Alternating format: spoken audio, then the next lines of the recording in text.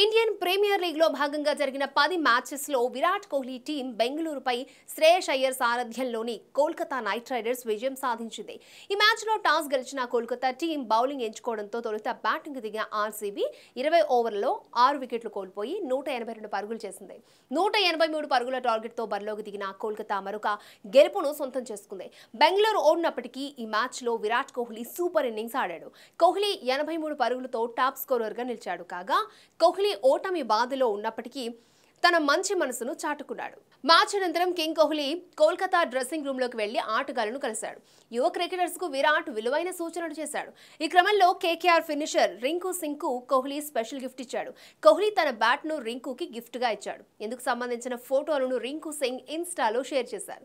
తనకు బ్యాట్ ని గిఫ్ట్ గా ఇచ్చినందుకు కోహ్లీకి రింకు ధన్యవాదాలు తెలియజేశాడు. సలహాలు ఇచ్చినందుకు ధన్యవాదాలు భయ్యా, అదేవిధంగా బ్యాట్ ఇచ్చినందుకు కూడా థ్యాంక్స్ అంటూ ఇన్స్టా స్టోరీలో రింకు రాసుకొచ్చాడు. దీనికి సంబంధించిన ఫోటోలు వైరల్ గా మారాయి.